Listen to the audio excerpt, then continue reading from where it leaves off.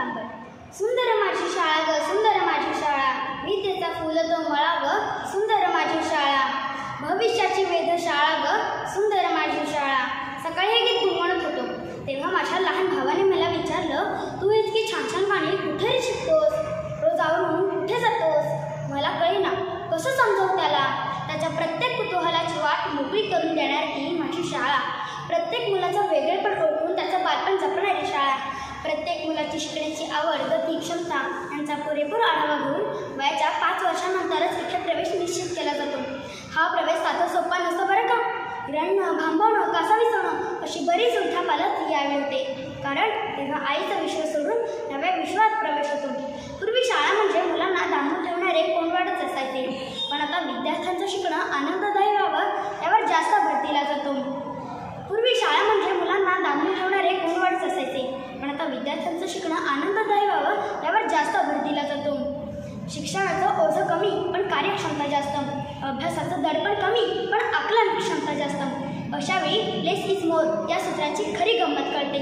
शाळा पूर्व प्राथमिक असो व उच्च माध्यमिक हे एकमेव ठिकाण आहे जिथे शिक्षणाचा पाया रचला जातो. डबेच काय, मित्रमैत्रिणींमधील सुखदुःख वाटून घेतली जातात.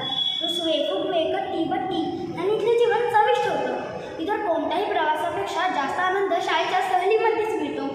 हे ऐकल्यावर तुमच्या मनात एक विचार नक्कीच आला असेल, ड्युटीवरील खुर्चीपेक्षा शाळेचा बाकच बरा होता, कामाच्या वाकापेक्षा आमचा गृहपाठच बरा होता.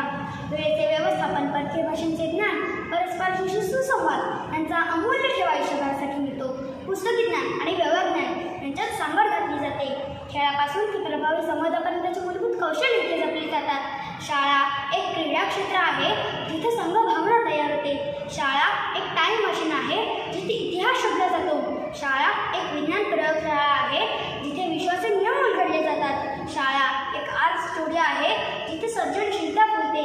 यापेक्षा वेगळं सांगायचं म्हटलं तर शाळा हा एक प्रवास आहे, ज्ञान संपादन करण्याचा, आपल्या विचारांना आकार देण्याचा, आपले व्यक्तिमत्व विकसित करण्याचा आणि स्वतःला कंठर करण्याचा प्रवास म्हणजे शाळा. वडीलधाऱ्यांच्या आठवणींची सहल दाटून आली की डोळ्यांच्या कडा ओल्या करणारी ही शाळा कधी संपत नाही. शाळा म्हणजे तुमचा आमचा गतजन्मीचा पुण्य संचय, ज्या जन्मात शेवटच्या श्वासापर्यंत जगण्याची प्रेरणा देतो. म्हणूनच म्हणतात की शाळा कधी संपत नाही आणि आपली पाठी कधी फुटत नाही. घेताना उंच भरारी, पंखांना बळ देणारी, घेताना उंच भरारी, पंखांना बळ देणारी, भविष्याची वेधशाळा ग, सुंदर माझी शाळा, सुंदर माझी शाळा. धन्यवाद. आलो या मातीचं निधड या छातीनं, दावा याला आसमान, अरे मतदान माझी रक्षण, मी झालो या पैलवान, अख्ख्या महाराष्ट्राची शान, मला बजरंगाचं तान, मी झालो या पैलवान, मी झालो या पैलवान. अरे नाव मस्तीचा आणि खेळ कुस्तीचा. मित्रांनो, तुम्हाला माझ्या बोलण्याचा विषय समजलाच असेल, तोच मतदानी मुलांचा रांगडा खेळ कुस्ती, माझा आवडता खेळ कुस्ती. मित्रांनो, कुस्तीचं बालपण मला लहानपणापासून मिळाले.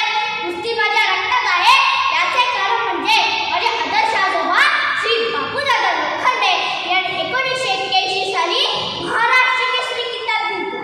त्यांच्यामुळेच मला कुस्तीची आवड लागली. मित्रांनो, कुस्ती फार पूर्वीपासून भारताचा नव्हे तर 7 समुद्रावर खेळला जाणारा खेळ आहे. महाभारतात त्याला मल्लविद्या म्हणत असे. हा खेळ शारीरिक चपळतेचा आणि चाणाक्ष बुद्धीचा आहे. शक्ती आणि युक्तीचा मेळ म्हणजे कुस्ती, आणि या कुस्तीच्या कड्याशी ठोकणाऱ्या खेळाडूंना पैलवान म्हणतात. कुस्ती 2 प्रकारे खेळली जाते. एक म्हणजे लाल मातीत, दुसरी म्हणजे रबरी चटई म्हणजे न्यायवरती. यातील पैलवान दुसऱ्यांना चितपट करण्यासाठी धाक, मोही, निगा, डाग, पळ, धोबीपछाड या नावांचा वापर करतात.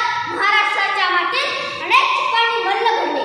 मारुती माने, गणपतराव आंदळकर, विष्णुपंत सावळे, शिवाजीराव पाचपुते आणि बापूदादा लोखंडे यांनी अनेक कुस्तीची मैदाने गाठली. एवढेच नव्हे तर खाशाबा जाधवांनी ऑलिम्पिकमध्ये भारताला पहिले कांस्य पदक मिळवून दिले. बबिता फोगाट आणि साक्षी मलिक